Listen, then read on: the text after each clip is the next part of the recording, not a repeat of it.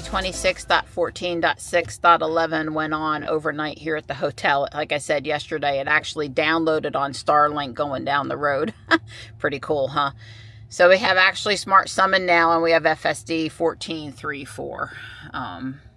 Way cool. I don't know that we'll have time to try out Smart Summon before we get home, but hopefully 14.3.4 is as good as everyone on X is saying. It's going on 8 a.m. Central. Starting to think in terms of ET, 9 a.m. ET, and we are headed to the Space and Rocket Center in Huntsville, Alabama, leaving Mississippi here shortly. Oh, I asked Grok what the major differences people on X were reporting between FSD 14.3.3 and FSD 14.3.4, which we just put on. And I read it out to Dawn, so we're prepared. And we're waiting for the 100-mile streak to see confetti. I told him, don't let me miss it. I gotta get that. And there's parking stuff here. There's some parking stuff. So it'll be interesting to see how we handle these superchargers on the way home, I guess. That's the most important thing. Yeah. We have a very dirty windshield, so I won't be pointing out the windshield too much until we're able to get to the next supercharger and clean it. Coming in last night, we just picked up a ton of bugs. Yeah. And in the summer in the south, where there's a lot of humidity, you definitely expect to pick up bugs driving at night. So it is what it is. Yeah, I heard them hit the windshield. It sounded like little tinkle as we were driving. You can't really see because at night, you know, you see the lights, you don't see all the dark. Right. And so but this morning it was like, holy crap. I mean, I've already cleaned the windshield.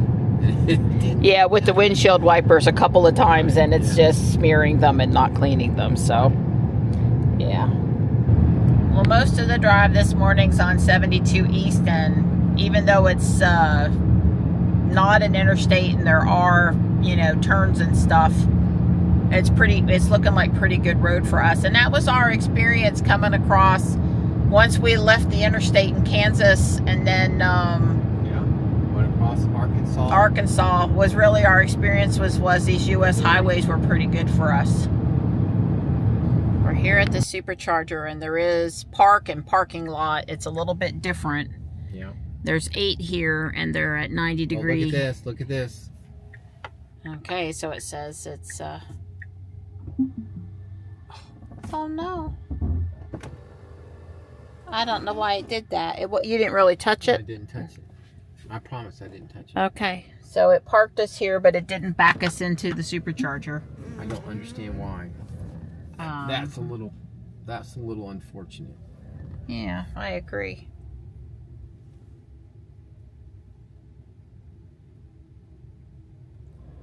I mean, at a supercharger, it just ought to back you into a supercharger stall without you having to do anything. Right. And not a handicapped one. Right. This site doesn't appear to have a handicap. One next to us. Okay, the one next to us. I was going to say, but it has 2 on the end.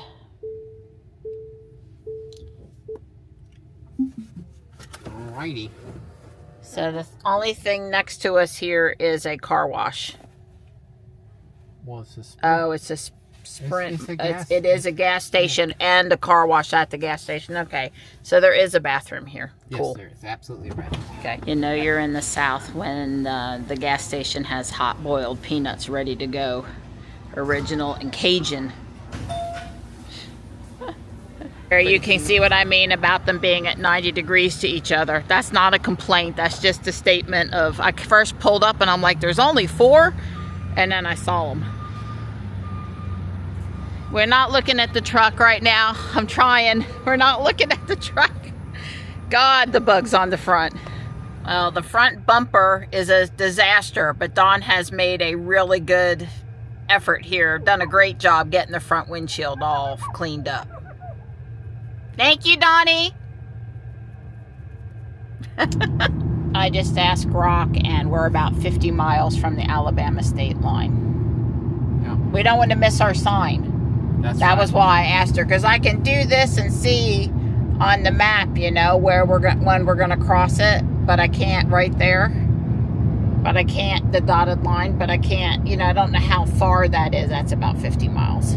Yeah, well, if we were to miss it, I'd have to turn around and go back again. I'm sure. Spare me, please. Can't miss Alabama.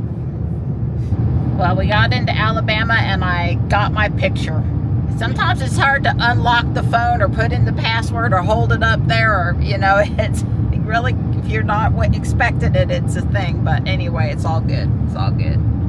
We're going to get to the Space and Rocket Center now.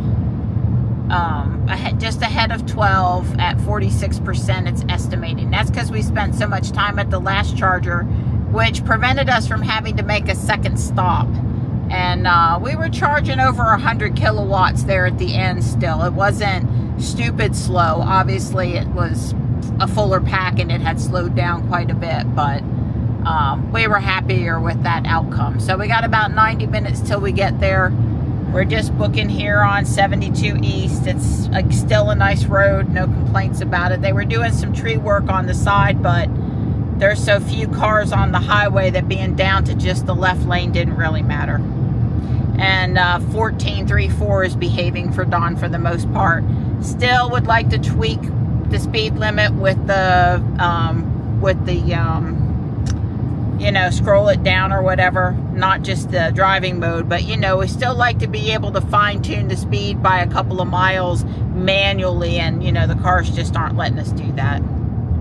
That would be the biggest complaint, and we don't understand the parking failure back there. Parking on 1434 was supposed to be better, and our first experience was, well, that's what it did sometimes on 1433 too, so not better, but not worse, just not in the right spot.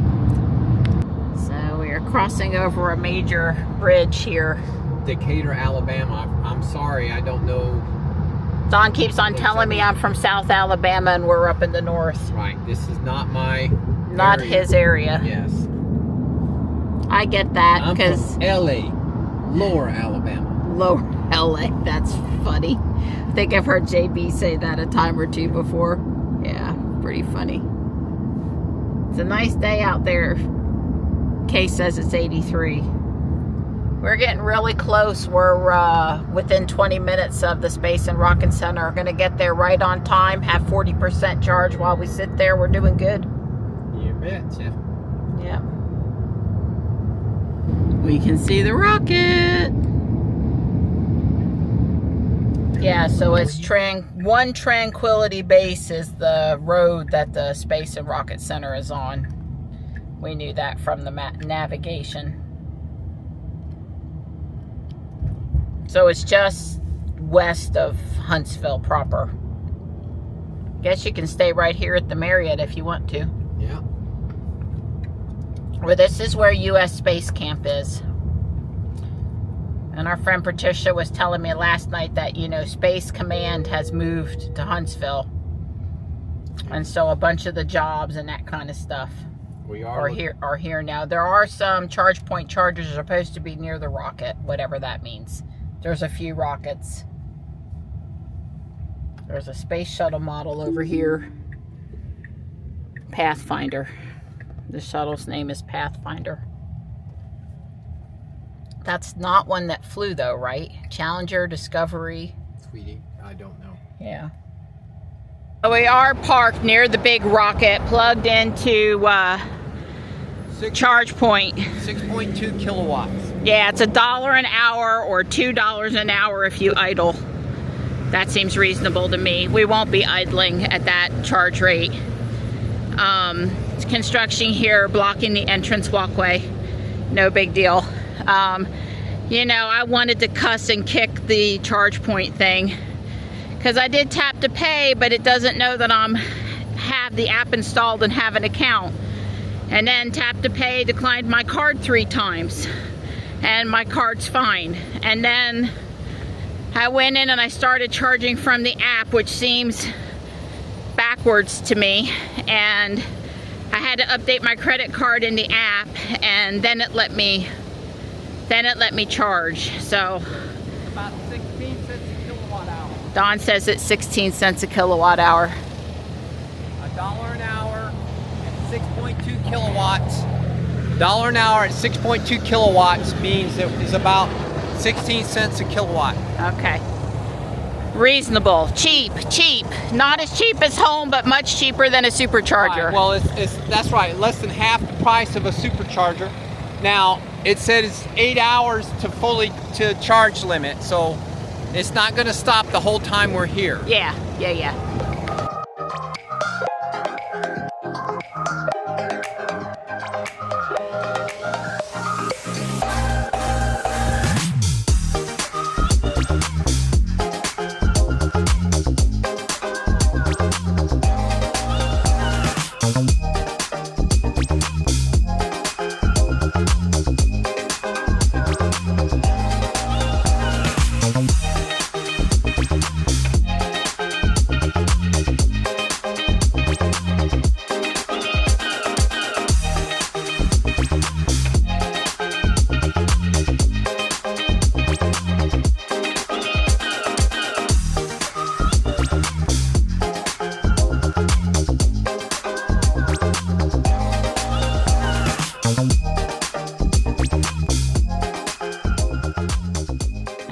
Here we go into the museum. We bought the ticket to the museum and then the ticket to the planetarium show it too.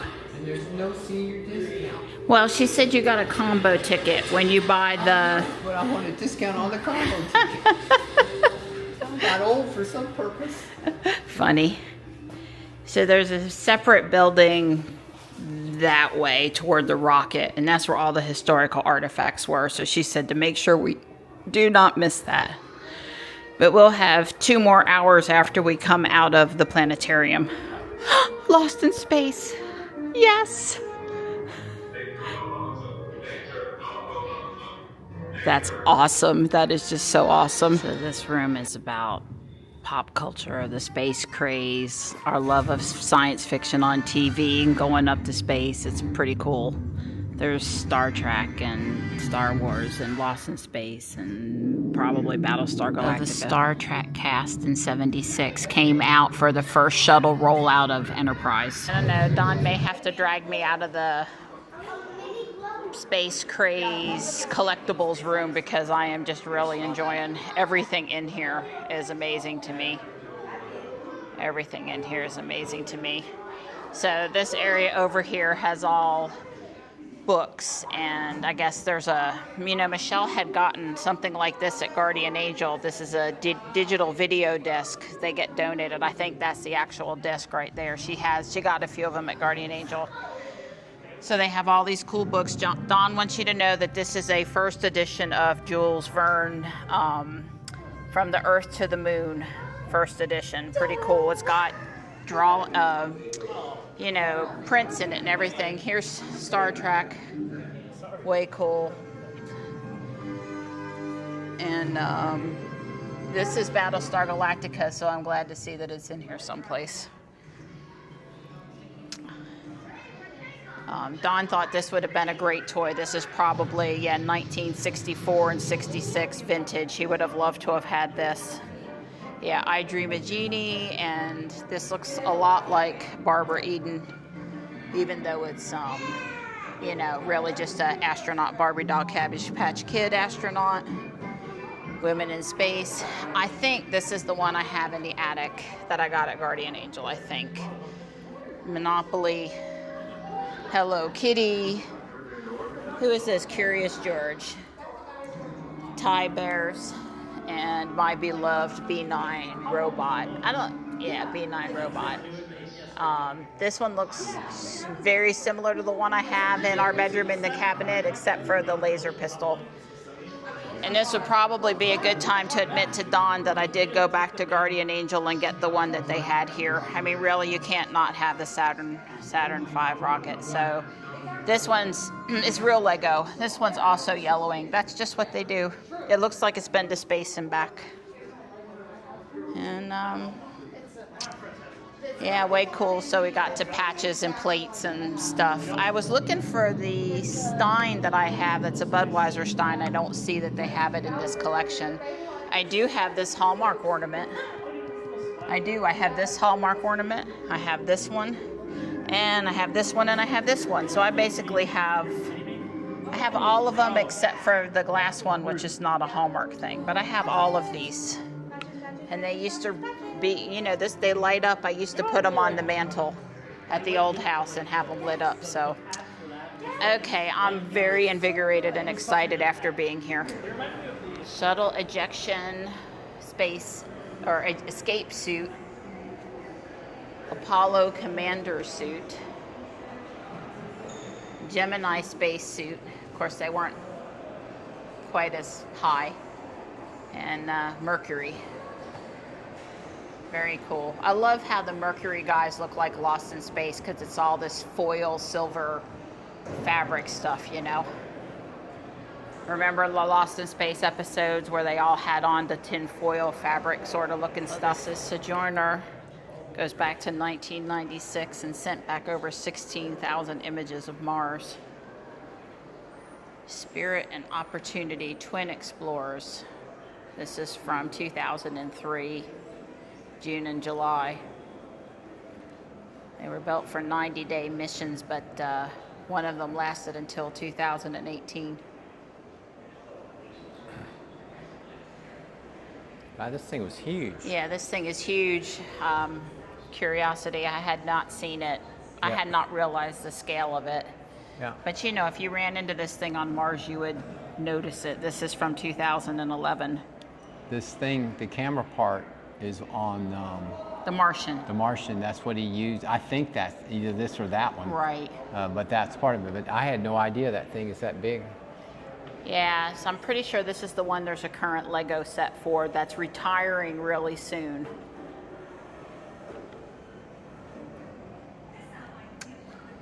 Ingenuity from... Okay, the date's not on there. Oh, this one could fly, huh? Wow. It looks like it. It looks like a giant velociraptor or pterodactyl or something. It didn't say right there what year it was from, though, like the other ones did. I don't know that it's actually went, has it? Okay. No, it went with the Perseverance rover. Okay, stand corrected. Flew 72 times, it says.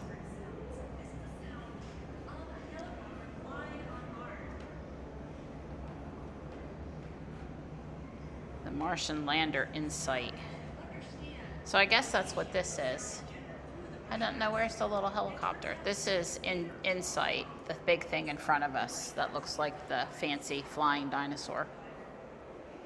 Maybe this is the little helicopter thing down here. I don't see it. Oh, Donnie, it's up high. Oh, there it is. There it is, of course it is. So that thing flew 70 times and it landed with this big thing.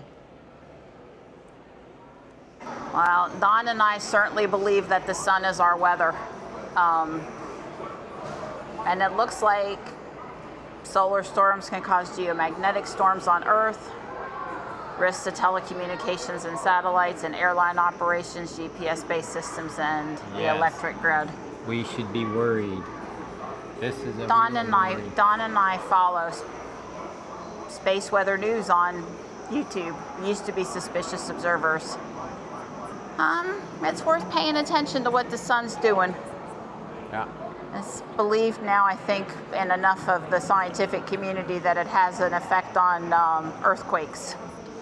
We have, you watch, we have,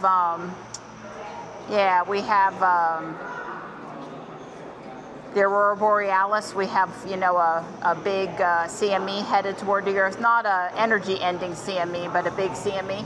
Richard's getting rained on. Oh yeah, I guess it's raining up in Chicago, huh, Richard? You've been talking about storms coming through there. I want to see that rain over Raleigh. Bring it on, baby, bring it on. Notice nothing over North Carolina. Yeah, we might get some rain Friday into Saturday morning, but it's looking like it's going to stay too low, which totally sucks for us. All I was going to say was that solar flares, CMEs, toward the Earth, you watch, you'll hear about it, and then I see it, hang on, you'll hear about it. Let me finish my thought. You'll hear about it, and then you'll hear about an earthquake a few days later. You start watching. It's fun to think about whether, you know, it pans out or not. Yeah, this is looks like a Tempest weather station to me. Does it look just like our weather station? That's correct. That's what it says. Weather sensor user for the Barron weather station, but it looks just like our Tempest one. We're very similar. I'm sure it's Tempest. Yeah. So this whole area is about weather. So they must update these boards pretty often. Yeah. Because it's talking about the 2020s and AI. Well, Now you asked Patricia what she thinks about AI weather forecasting. she's probably not a fan. Well, at least not in certain situations, or not without a human going back behind it and verifying. You know, we send in our men in to do military actions, and we need more than just what the AI said. I think would be what she would say, but don't let me speak for her. But first, want to take photos of cloud to ground, cloud to cloud, and sprites. Personally, never seen a sprite that I know of. If it roars, go indoors. So this whole room is dedicated to weather, which is pretty cool. Pretty cool. Apparently, Alabama is a high strike zone. Not sure. I have to ask Rock when we get out of here. I guess this is supposed to show lightning detection network where the lightning's happening. Pretty neat. They're talking about the Doppler radar inside a, inside a video screen that's in the shape of a Doppler radar. It's pretty neat. Yeah, it's kind of cool up there. Don pointed out the little glistening cells up top, but also over here, the little parachute lights. I don't remember Space Lab Astro. It's from the 90s. Look at that. Oh, so it recorded it on tape. Yeah. And then when they had communications, they could transmit it. In other words, back to Earth. Yeah, during the experiment.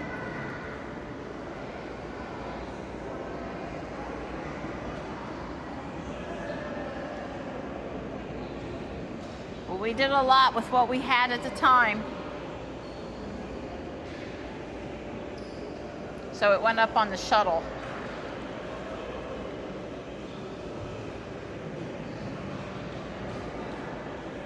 Yeah, Skylab. That was like in the bay of the shuttle. That's right. Yeah. I guess it went out on the arm, the robotic arm. Sort of showing it here. I mean, I knew he had experiments going on the shuttle, and I knew about the robotic arm, of course. But I just don't remember the name Space Lab Astro.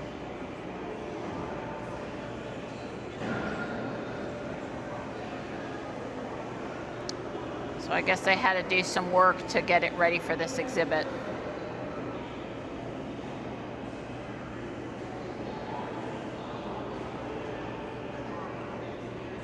Hopkins Ultraviolet Telescope.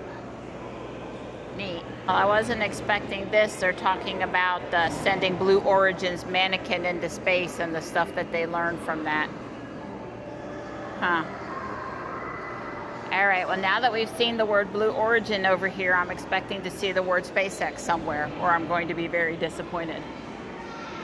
I wasn't expecting Blue Origin, but would you eat a meal of bugs? Absolutely not. So here's Blue Origin engines, and they were made in Alabama. We're gonna give them some grace because it was made here. More Blue Origin stuff. Okay, that's nice. And now we have followed the money, okay? It's nice to see that Jared Isaacman, the current head of NASA, has donated $5 million to this rocket center. I think that's great. Blue Origin has donated somewhere between $1 and $5 million. And I'm sure SpaceX hasn't donated any money. They're in alphabetical order, so I'm just kind of looking, but yeah, it would seem. So that explains a little bit. And if the Musk Foundation had donated money, they probably would have refused to have put any money on the, had their name put on the board. I agree. They do have plenty of things for smaller children to do. Does it make you look bigger or smaller? It makes me taller? Taller. I always like long-legged women. So this is the SpaceX astronaut uniform worn by Chris Sembrowski for the Inspiration 4 mission. It doesn't say exactly what year that was, but it can't have been too long ago. That was a couple, they raised money, remember? Yeah, it can't have been too long ago. We all saw the first crewed mission go up, so right. Yeah, taking astronauts to the International Space Station. And it does say designed by SpaceX on the board. And of course, SpaceX is on the side of the suit, so we have a mention, I just think it's interesting. I don't really, it's fine. I was reading, though, on a post on X a few days ago, you know, that when we mothballed the shuttle, we had to start relying on Russia to ferry cargo and astronauts to the ISS. And it was really expensive, so much more expensive than what SpaceX is charging. And obviously there were diplomatic concerns about that. So, you know, SpaceX kept us up there on the ISS without having to rely on Russia, and that was a pretty important thing that they did. Interactive space habitat. Hey, they get real silverware, knives and forks. Well, they might. But we don't, when we fly, we don't get real knives and forks. That does seem unlikely, to take the weight of the metal silverware and stuff. So it's like Battlestar Galactica, the newer one. You know, Starbuck, the crew quarters for the pilots and all, they slept in these bunks, they zippered in and stuff. It's very similar. I guess this is simulating going from one part of the habitat to another. So. I agree. And this is simulating experiments taking place. I got growing stuff upside growing down. stuff, yep.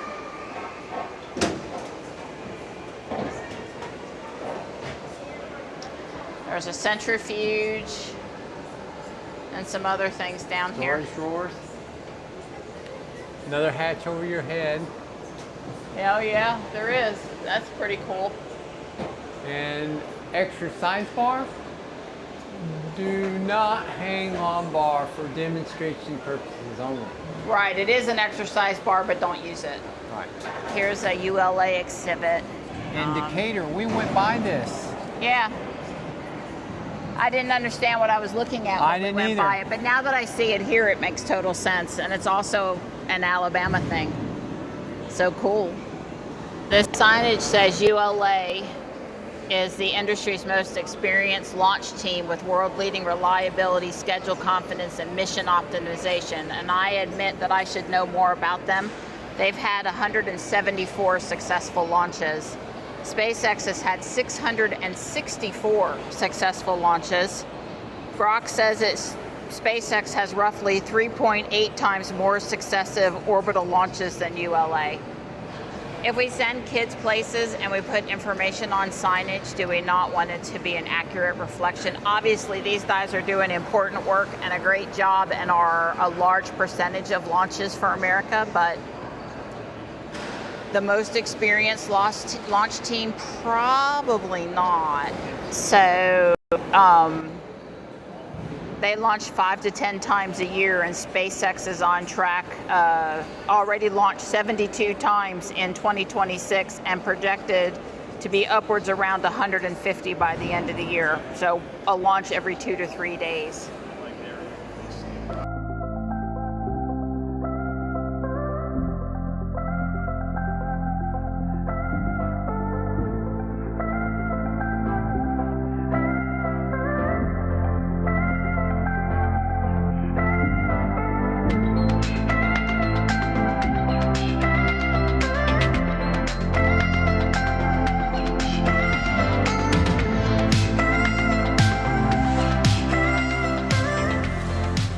So I was at Kennedy Space Center in the late 80s. Right. When were you there? In the early 80s, when I lived in Florida. I lived in Florida from 82 to 86. Okay. I was probably there in like 80, right? 88. Moved to North Carolina in December of 88. I moved to North Carolina in December of 88. We moved to Florida in 84. We were there I was there 4 years. So yeah, so I saw it in the 84 or 85. Okay. It was definitely right after we moved to Florida. Well, if my memory serves me right, in pictures I've seen, the Saturn V rocket at Kennedy Space Center is on its side. Right. It is not upright. Don was just saying he thinks when he was here as a child that this was here. Well, you have to remember, when I was here, I was 15. So that would have been like 1981. Is that right? No, 71. I'm sorry. 50, 67 plus 5, 72. 1972. Yeah, that's right. 72, 73 at the Look latest. at the base things that's holding that thing up. Yeah. Nothing short of impressive. Yeah, well, it's got to, stand up and win. Okay, so it's not a Saturn V, it's a Saturn I. I should get my facts straight. I don't know what the difference is. It'd be nice if they said on here. I bet the 5 is bigger. I'm sure the 5 is bigger. Is this one over here taller? Yeah, I think that's the Saturn V. When we go back to the truck, we'll walk over by that one maybe. Right. I agree.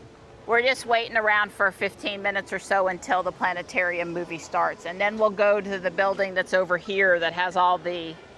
She said not to miss that building. That's right. Well, we can walk around this little area here.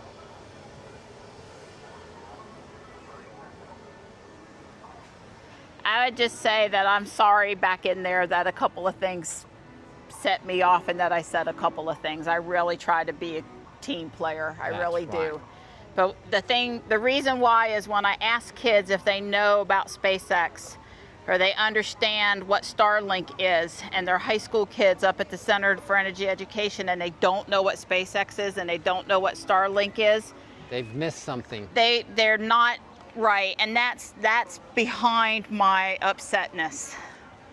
And I realize we're at a NASA facility and this is all NASA, but SpaceX is a NASA partner just like ULA and Blue Origin are. And so.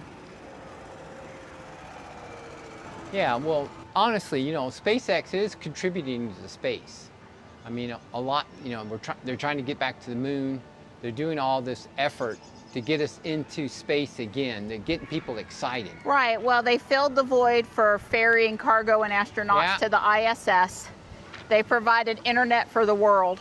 Yeah. And, they're doing military missions for the government now. And they're also made in America. Because I saw the Blue Origin and ULA and Alabama stuff. We're very proud that their stuff was made in America, but SpaceX is made in California. And Texas. And Texas now, that's right. Yeah, yeah. So we can just also be proud of that. We're certainly proud of the stuff here as well. That's right. Huntsville is very important to the space program. So that was a Saturn 1 Block 2 versus the Saturn 5 won't even fit all the way on the... Right.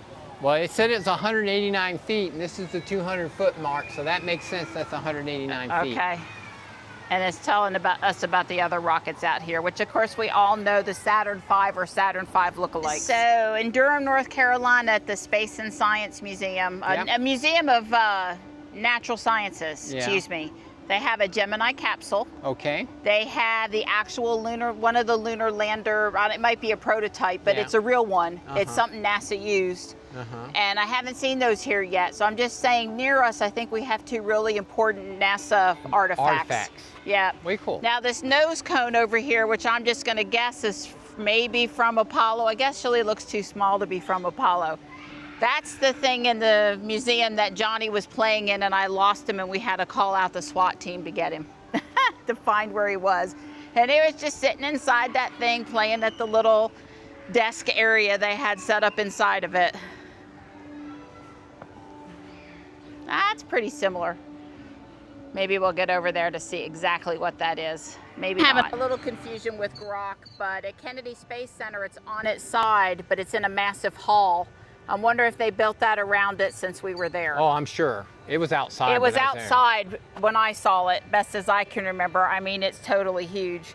There's one here at the Marshall Space Flight Center, which must be slightly not where we are. You had to get on a shuttle bus and pay extra to go on that tour, and you had to be here first thing in the morning, which we just couldn't quite manage to do.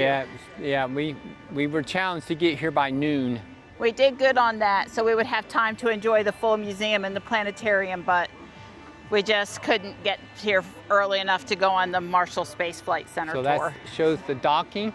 This is Skylab. Uh-huh. America's first homestead in space. So what's up there now? Skylab or Space Lab? What's the ISS, the International Space Station. Well, thank you. Spylab came back to Earth, so right. This is a simulator or something, you know, another. Yeah, it came back in '79. It came home a long time ago. It was only occupied for not quite a year. May of '73 to February of '74.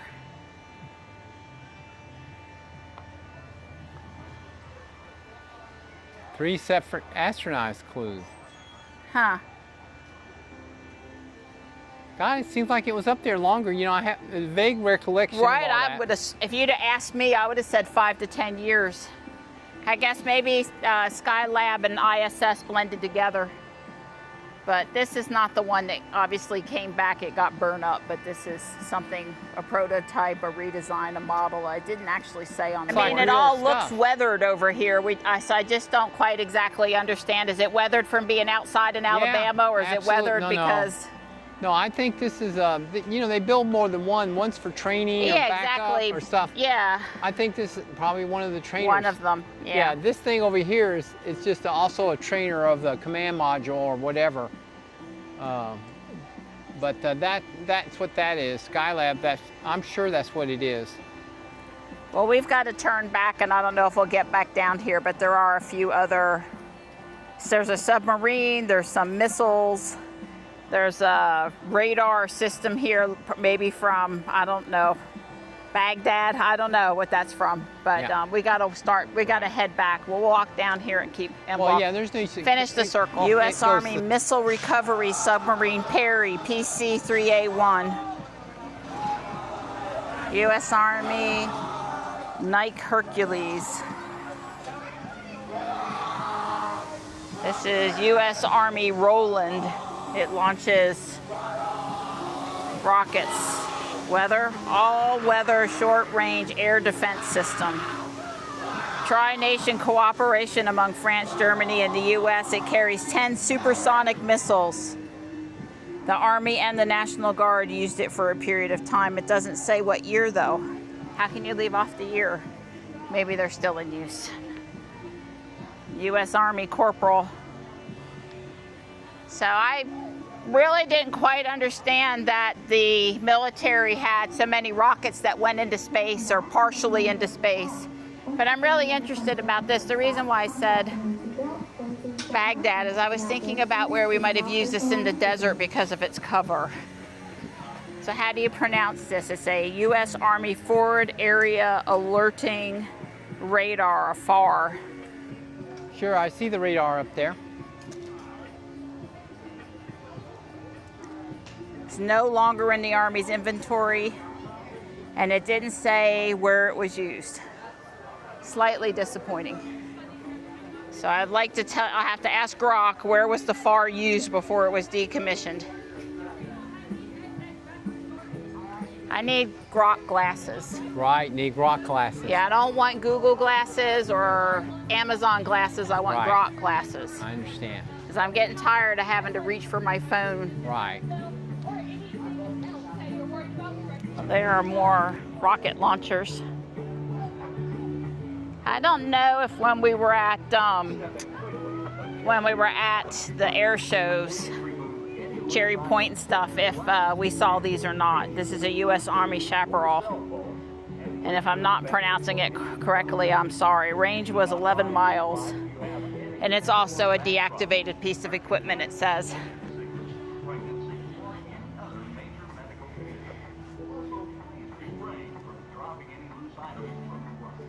Space shuttle engine, huh?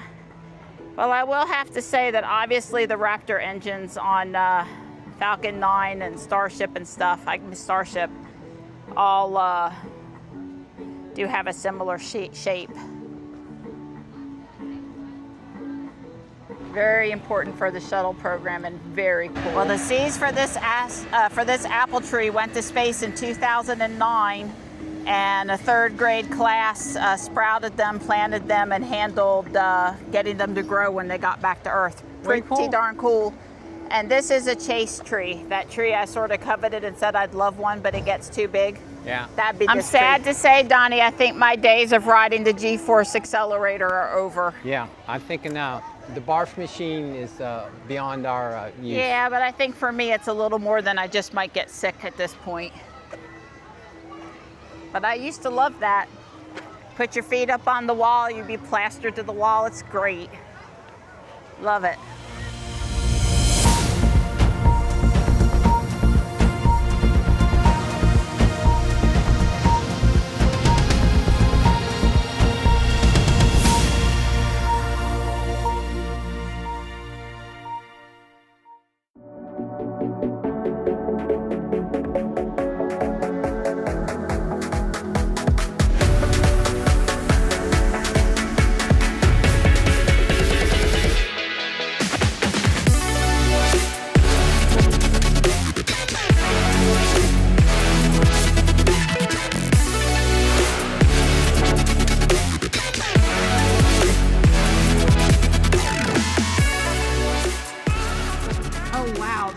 People in there doing astronaut training. These must be space camp kids. Yeah, I would think so.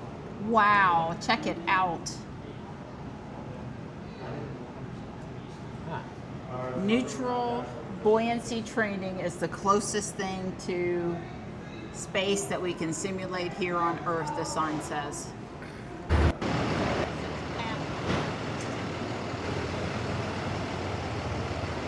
Guess we'll walk over to the plaque. It's freaking huge.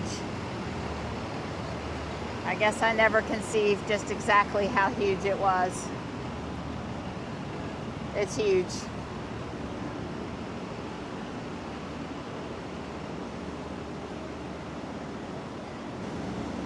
So I was correct earlier when I said it didn't fly. It was a test ship.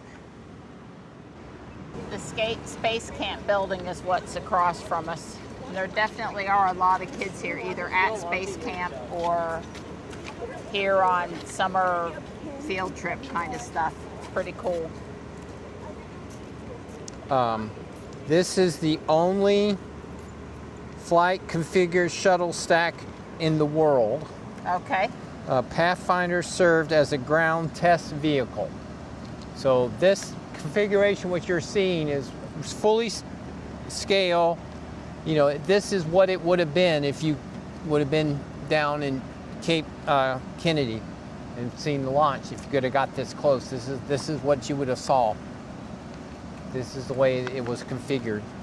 External fuel tank and the 2 solid rocket boosters. So the park out here is dedicated to the crew of Challenger.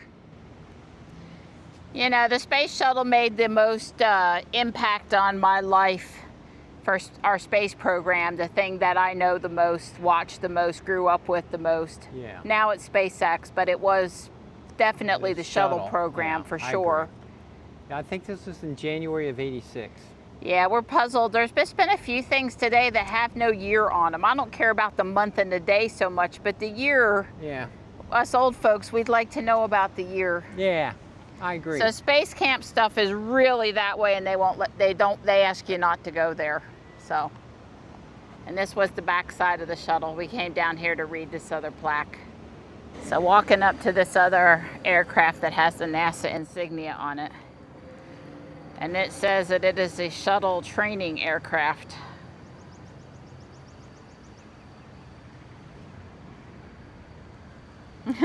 So much trouble with the camera. Try one more time. Showing the astronauts that have trained on it.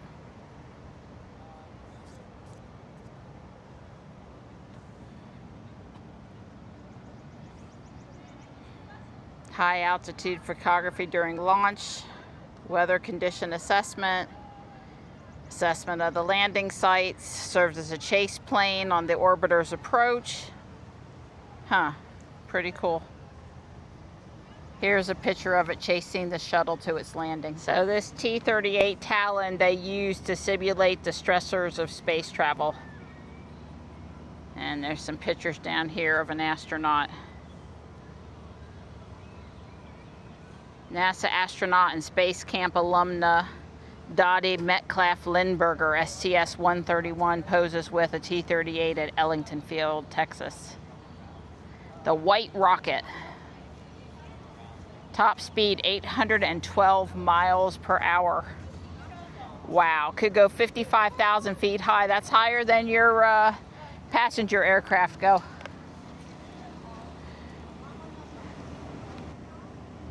So this says in 1977, NASA built this orbiter mock-up called Pathfinder.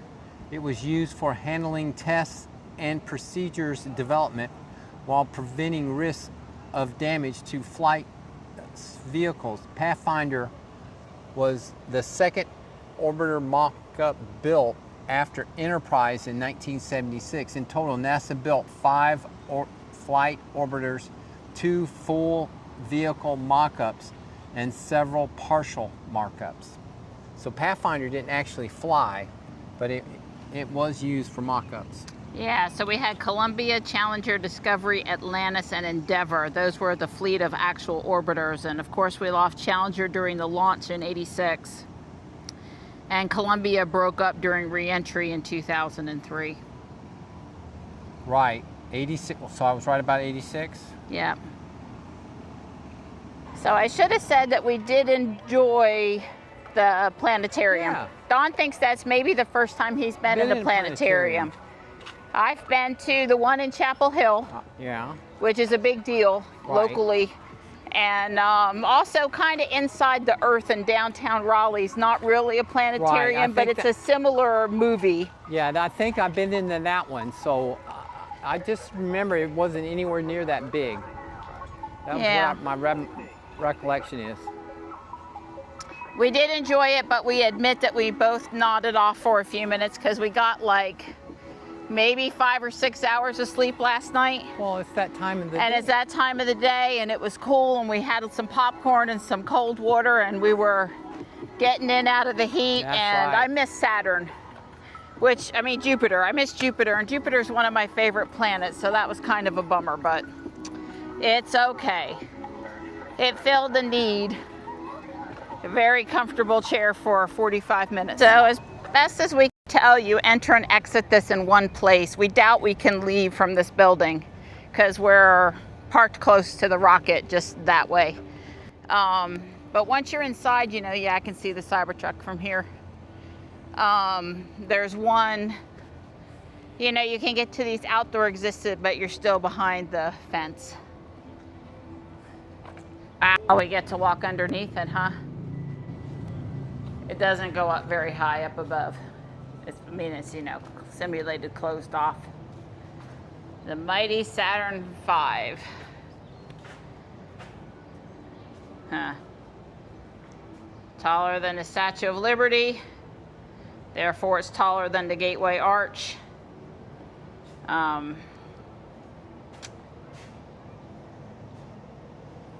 Pretty cool.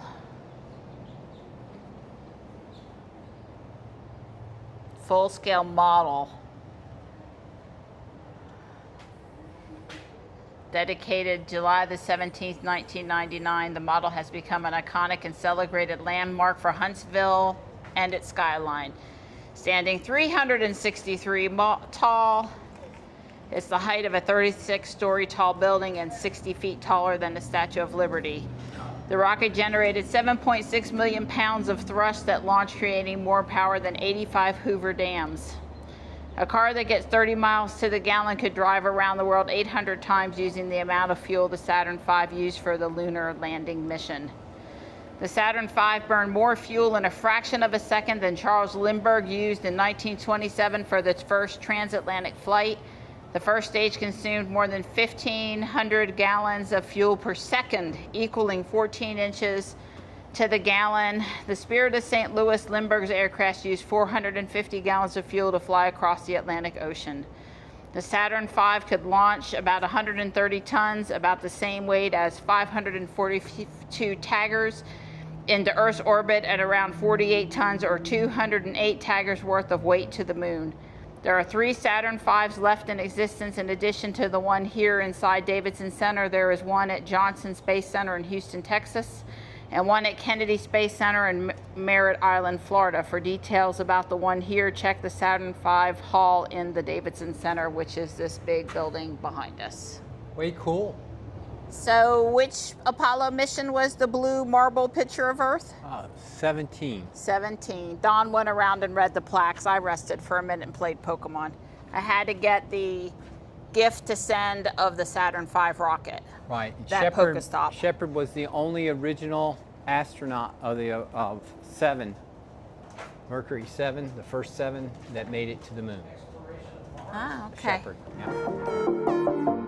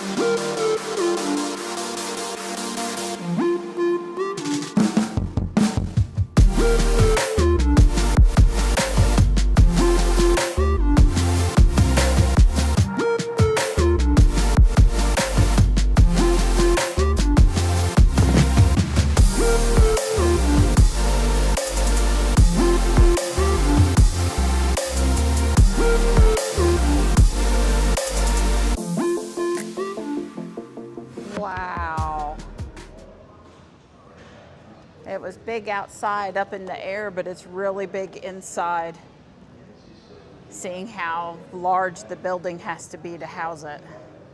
This talks about how von Braun got out documents and equipment that he wanted the Americans to have after the Germans fell, and that his brother rode the bike to find American soldiers so that they could surrender and get the heck out of there. And we were on the lookout for the scientists, but they weren't believed at first that they were who they really were. Maybe it just seemed too easy. It says von Braun became a U.S. citizen in 1950, and in 1960 he became head of Marshall Space Flight Center. All right. I'm flipping switches, getting ready to blast off here. Don says those Mercury astronauts were not allowed to be 6 foot or taller. Yeah, my feet don't, like, you know. Yep. Yeah, this is it's pretty cramped. He worked that shot for you guys. I hope you appreciate it. This was not just, walk up yeah, and seriously. And of course, now I'm going to have to figure out how to get out of here. He told me I was going to have to help him. Good luck with that. I don't know. I think I can, I got the gist of how now, and I missed. And imagine them getting in and out of the simulator multiple times a day. Yeah. Situations. That's some serious rocket modeling going on in there. Yeah. Yep. I had to Nice. take the tile out of the roof, put the sack. So this nice gentleman over here works here, and he's walking around today just answering questions. He was down at the Cape for which Apollo? 1972. 1972. 15. He said 15. He said he didn't see the launch, but he was down there working. I said I want to see a Raptor 3 engine from Starship up next to these Apollo engines. Just that would be very telling to me for comparison's sake. So what is this now? That's von Braun's slide rule. He did all his calculations on that. Well, my dad had a slide rule in the 68 and then in the 77 Pontiac Catalina, and he had to know the gas mileage on the car, and Me and Mom, we would have to sit there at the gas station while he popped out the slide rule so he could figure out his mileage and write it in his little notebook. Right. Sounds like somebody else I know. That's correct. Not quite so. Well, you used to. I used to keep track of all that. You used to keep track of all of that. I like to think that I helped you to prioritize things that were more important I don't have time anymore. This is true, too. Well, once you've done it for years, you know, it's sort of good. So he said all the ring up here has all of the smarts, is what the guy was telling us. And he said they had it upright in a water tank. A building designed to hold a water tank so they could figure out how to fly it, maneuver it by floating it on the water and using the technology to steer with the engines or something. It was... Right, to be able to calculate how to turn the engines. How to turn the engines. They needed that resistance the water gave it. And more models. Donnie, how come this Mercury has place for two astronauts? Because Mercury had two. But that thing you were in over there looked like it only fit one. Yeah, Gemini. I'm sorry, Gemini, Mercury. That was before my time. Right. Set me straight. Yeah, I think it was Gemini was first, and then Mercury, or it was Mercury then Gemini. One had one person and one had two people? I believe so, yeah. Maybe there's another display in here that will clarify that for us. So, Gemini was to prepare for Apollo, and the goal of Gemini was two-man crews, rendezvous, docking, spacewalks, and long-duration flights. So, Gemini was after Mercury. Mercury only had one guy in the capsule. Okay. So that must be a Gemini over there, because it's got two. So what were you telling me about this now? You can see the little tubes. Where it's kind of looks like a fan or... Right, well those tubes carried the fuel. So the fuel was heated, or more correctly, the fuel cooled the combustion chamber so that it wouldn't melt.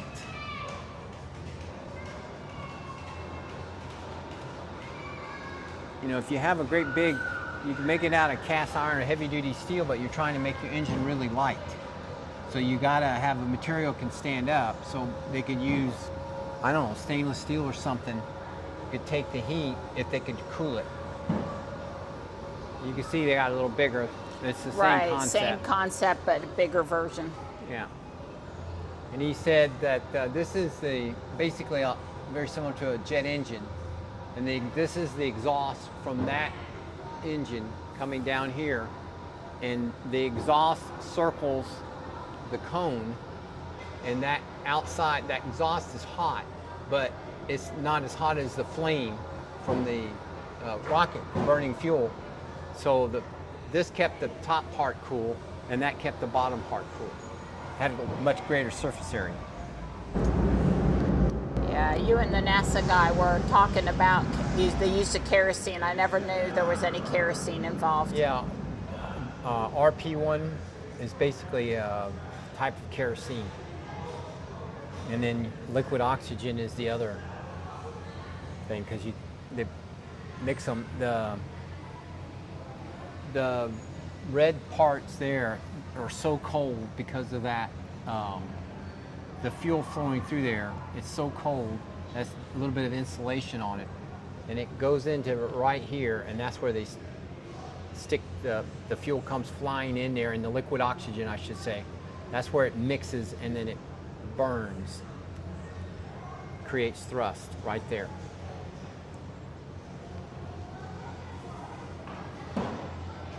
Huntsville, the land of smoke and thunder. This was how the testing area looked in the 60s. And this is a model of one of the test stands. Oh, look at this picture where they're trying to move part of the Saturn V. I now understand why SpaceX uses the word stacking. IBM technicians, baby. This is the ring that the gentleman back there was talking about. It says IBM assembled and tested instrument units or IUs for the Saturn 1B and 5 rockets in Huntsville under the leadership of Marshall Space Flight Center. 3 buildings comprise the Space Systems Center that IBM constructed in town just for the IU project.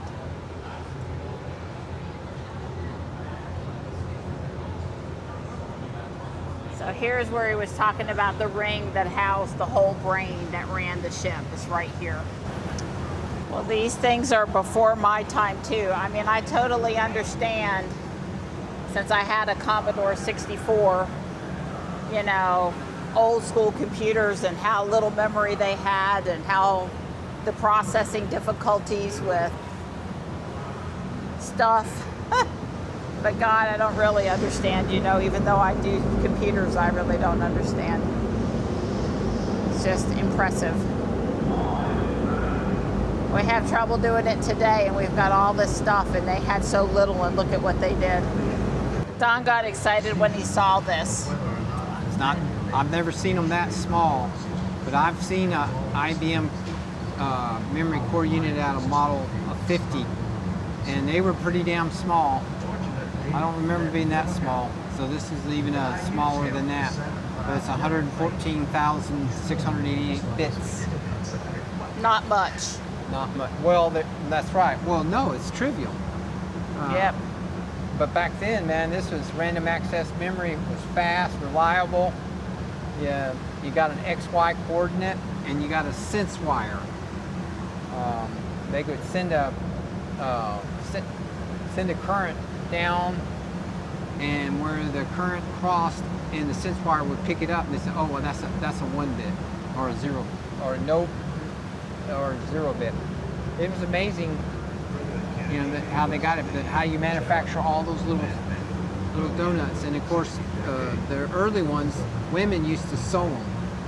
They used to have women thread it through there. I'm sure that was made by machine. So this is a magnification of that. If you look in here. Yeah, that's right. Yeah, 3 stages.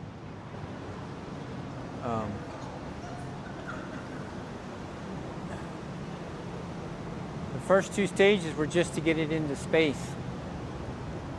The first 2 stages just got it to space. It was the 3rd stage that carried it to the moon. To the moon, yeah. So apparently they didn't know in the very beginning exactly how we were going to get to the moon. And the one that won is one of 3. And this display on the other side talks about it a little bit. Did we want direct flight? Did we want an Earth orbit rendezvous, or did we want a lunar orbit rendezvous? And obviously we went with the lunar orbit rendezvous. And I did see, we'll get to in a bit, that there is a lunar lander down here at the end that looks very similar to the one at the museum in Durham.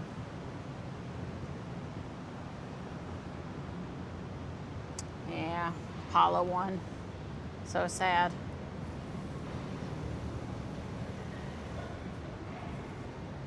Why we have to realize that everything isn't perfect the very first time, and sometimes to achieve things we have to take risk. It's sad, but those men, they knew what they were doing. They knew it was dangerous, and they wanted to get us to the moon.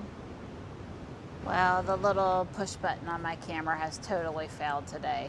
But this basically says November the 9th, 1967, Saturn V roared into the sky for the first time. The mission Apollo 4 was an unmanned, all-up test of the entire rocket. All stages performed perfectly. 12 more Saturn V launches followed, 9 with crews headed to the moon. Here's what it took to get the rocket from the drawing board and into space. I guess we'll be watching Apollo 13 when we get home again. And like I said, I can't move the head at all. It's not the head that's messed up, it's the button. The button has just totally failed on the camera today. So what's this? This is the swing arm that goes from the tower to the command module. Yeah, you got to think what was going through their head when they were doing this walk. Yeah. Hopefully Apollo 13 with Tom Hanks did a semi-decent job of showing what the astronauts went through prior to going up. I didn't realize they were walking around with a portable oxygen tank.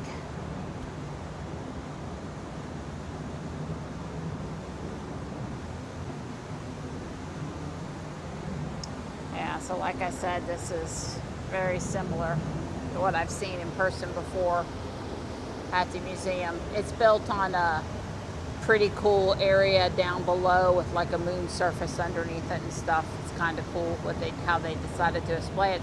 Hey Donnie, there's an Omega. Yeah.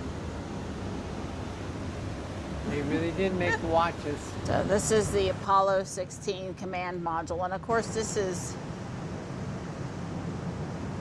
you know, possibly to be the real McCoy and not a prototype or a model or something, because these actually, you know, landed in the ocean with that big parachute up there. Pretty cool though. I do not think I have seen a rail command module that's come back before. Apollo 12 bought back 75 pounds of moon rock, and this is a piece of one of the rocks. Pretty cool. Yeah, finding the perfect heat shield tile for the perfect application is an ongoing problem. Starship is still working on it. Surely there are more of these on display somewhere, since they all landed in the ocean and were retrieved with the astronauts. Yeah, I don't know. That's a good point. Yeah, there must be more of them around the country. I'm sure there's one at the Smithsonian. Right, Sure. either on site or that new off-site building that we've never been to, from what I want to go. Yeah, well, we'll get up there. Yeah, that's definitely on the bucket list. Pictures on the moon. Well, look, pictures on the moon. Yeah, 70 millimeter, baby. Cool. None of that 35 millimeter stuff. Large format. Well, I'm just gonna say, if you're coming through Huntsville, it really is worth half a day here. Oh, and half a day was about yeah, right. Yeah, more. You could certainly have spent more, but it's a good. Yeah, it's not less than a half a day. In case they landed in the desert, they had to go through desert survival training.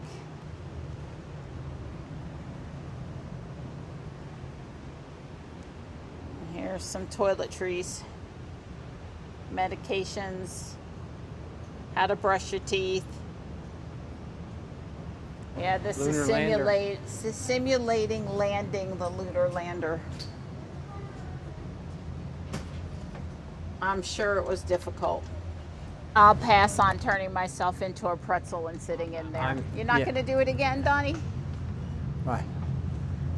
Well, I mean, I can try. That's okay. Don't do it. This young man can get in there real easy.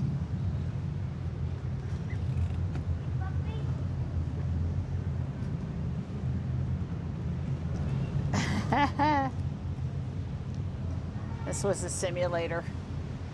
Yeah, that one's easier, you think, than the other one? Yeah, that's a Cadillac in there. Okay. We've got plenty of room in that one. Well, it's made for 3 people instead of 1, so even, you know, yeah, there's a little more room, I guess. Yeah. Well, so this is the flight simulator that was used to save Apollo 13, where they had to see what was available and figure out what they could get away with doing and make modifications to see if they would work. And yeah, pretty cool. Quarantine. Mobile quarantine facility. They're having some kind of special dinner tonight. I guess if you know the right people and you got the right amount of money, you get to come here. Nothing wrong with raising funds for a good cause.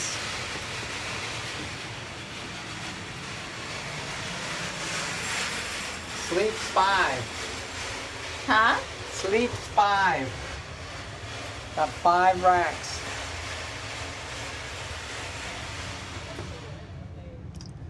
Well, I do get it that they wanted to make sure the guys weren't going to get sick while they were up there. I do get it. Or bring back germs back but here. This is back on the way home, right? Yeah, well, they were quarantined in both directions. That's right.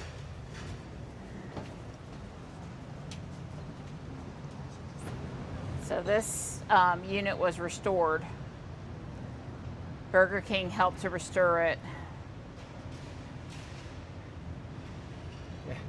Yeah, this is an Airstream. This is where they, and yeah, that's where they found it, right? Yeah, 2007.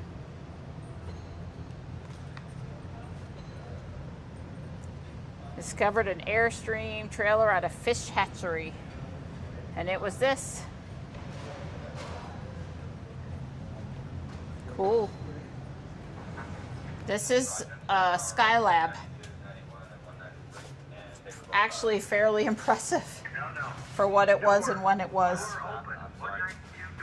Huh. That's pretty cool. Yeah. I'm sure they did good experiments up here. Hunt's pointing out that there is an upper level. So here's the hole. Yep. Then you would Where pass they would go up to, huh? the next level. Pretty nifty. So I guess it was on its side with the solar panels powering it. Yeah. Huh. Well, it couldn't have really been on its side because everything in here is vertical, but interesting just the same. Yeah.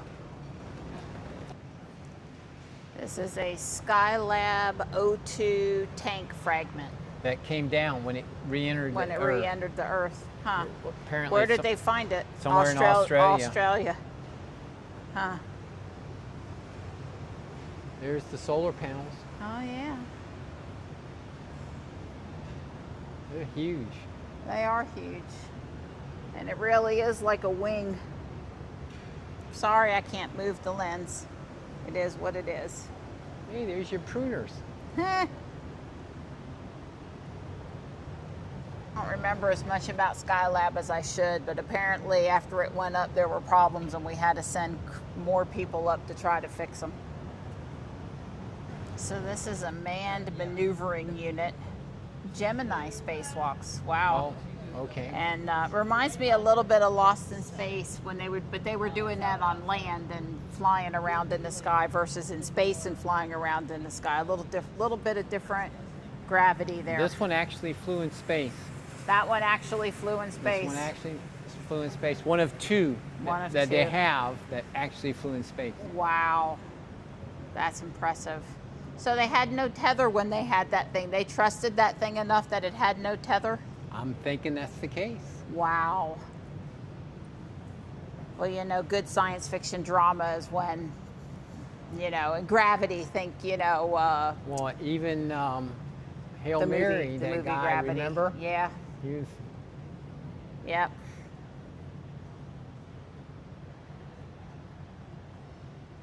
Well, it is slowing down here at the end of the day. Yeah.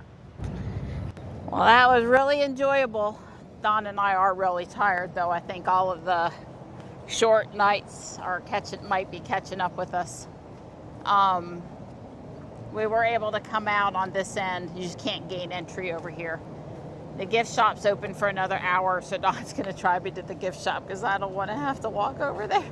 But I really want to go to the gift shop. We charged for 5 hours and 1 minute. We added 31.31 kilowatt hours. It cost us $5.28. They think we charge a 2017 Model X. I guess I need a profile for the Cybertruck or something. Right. And I think it thinks we added 86 miles, which is quite helpful for us in getting where we probably want to go. Okay, so how much was it? Hang on. 31.31 kilowatt hours. 31.31. Actually, you got to do it the other way. The cost. $5.28. Divided by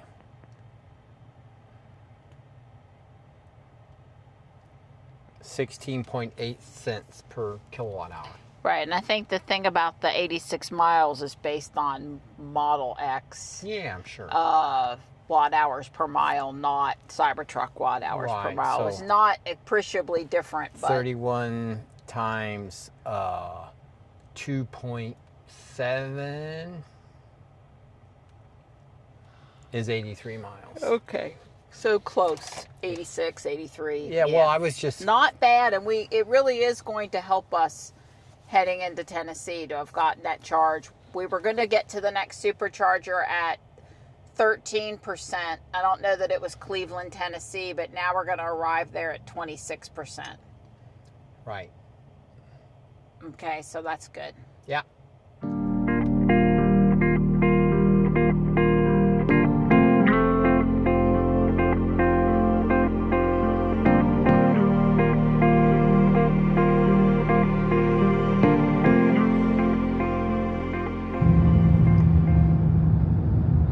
an accident up ahead. Don just went into sloth mode. Give the car a chance to react along with us. And that car was definitely down in the ditch. Airbags deployed. Hopefully no injuries. So we're headed to Sayreville, Tennessee. It's east of, I can't pronounce it, I'm sorry. It's east of, it's spelled Sevierville. Sevierville, Tennessee. To spend the night. Kids waving. I'm waving. Don's waving. And, but we're fixing to lose an hour also. So we're probably not going to get in till a little after 10. But we'll have a pretty reasonable drive into Raleigh tomorrow. Don won't have to get me up at the crack of dawn, right? No promises. No promises. Won't be I guarantee it will not be the crack of dawn. The sun will be fully up when you're there, I get you up. Okay, yeah, right. Well, that's not saying much this time of year. Right. So we got to get through this mess around Chattanooga. But hopefully by the time we get there, it's dissipated a bit. Because it's rush hour right now. It does look like we briefly dip into Georgia. Right there. Right there. Yeah. We briefly dip into Georgia. Well, that's unexpected and pretty. Hey, it's Alabama. Always unexpected and pretty. Oh, please. I did go into the gift shop at the Rocket Center, but I didn't buy anything. It was all just way overpriced, and they didn't exactly have the sticker I wanted, and I'll see what Amazon has.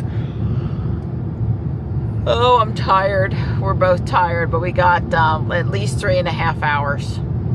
About 3.5 hours. Yeah, before charging time. Yeah, like I said, we're losing an hour, so instead of being 9 something when we pull into the hotel, it's going to be 10 something. Yeah, it's 3 hours and 23 minutes counting the charging time. Yeah. In Cleveland. I'm going to see if there's something else to eat. Otherwise, we're going to the Culver's near the supercharger. Well, there's 2 cooling towers just to our, I don't know what Just way south. that is. That's South. Yes, we're heading generally east. That must be south.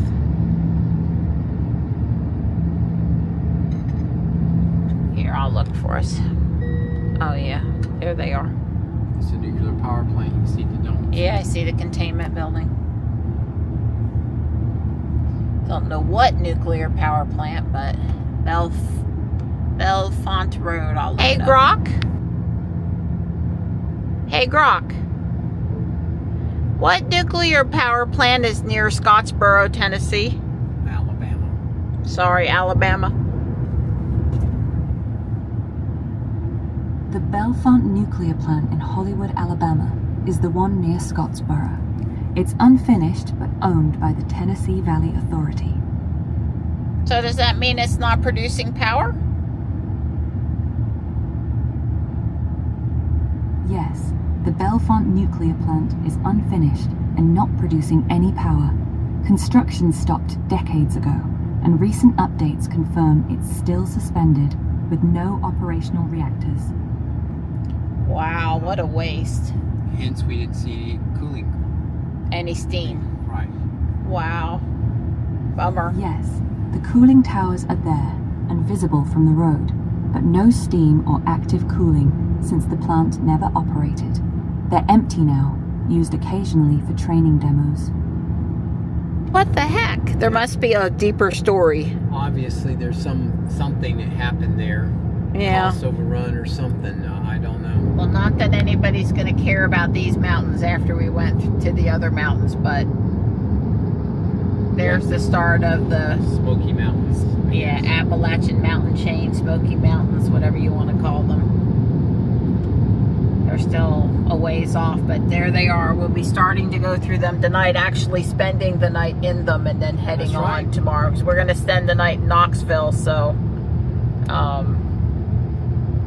that will be in the mountains. Well, we just entered Tennessee, but we missed the sign. Sorry. And like I said, we are going to briefly dip into Georgia. Yeah. We might get a Georgia sign. We might get a Georgia sign. So we're on I-24 East and we're missing our back roads.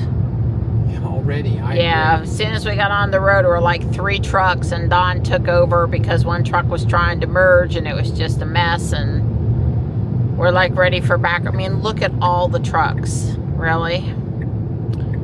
Yeah, we want to be back on our back roads, and somehow we're not on I-40 yet. But anyway, this was pretty. Don said look up. And I agree, this is really pretty. Yep. That's some lake here in Tennessee. I don't know what. Yeah, well, I'm sure I've never been on I-24 coming through Tennessee before, so I don't know. We're not too far from that. We're just going to dip down into Georgia.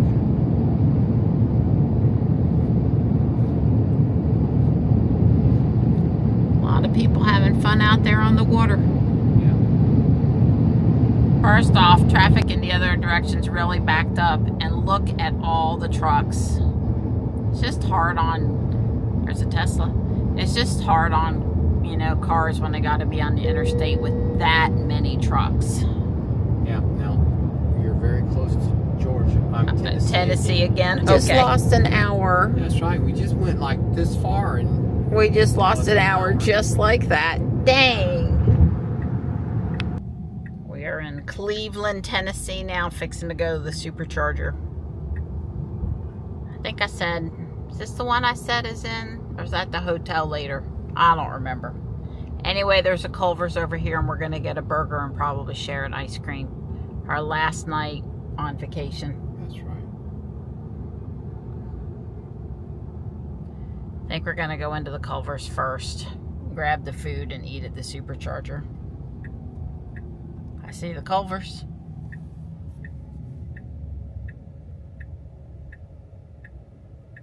Well, Elon just said that the future version of FSE is going to remember your park, where you park, at your home, at your work, at your, let's say, Hope local Walmart. He didn't mention Walmart.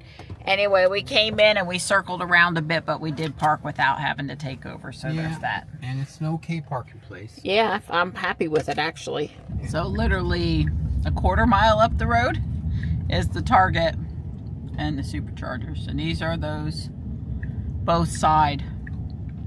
Oh, there's another Cybertruck here. I bet his grill isn't as dirty as ours. Oh, God, our grill is bad. It's bad. It's really bad. Oh, these don't have the stickers. Oh, it needs the stickers. Well, I have no clue looking at those without the stickers, the green and the red. Hopefully this will work okay. Not going into Target. We're eating our concrete from Culver's. So, it was really hard to show you anything at night. But we're in Knoxville.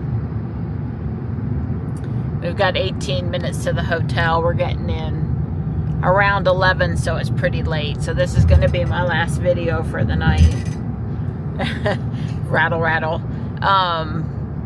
We didn't have any trouble. No. There's hold-ups going the other direction. Oh, yeah, several times we'd be miserable if we were in the other direction. I think in the long run we made the right decision to be on the other side of Knoxville tomorrow morning to start out. Because this probably gets pretty busy here. But it's over there.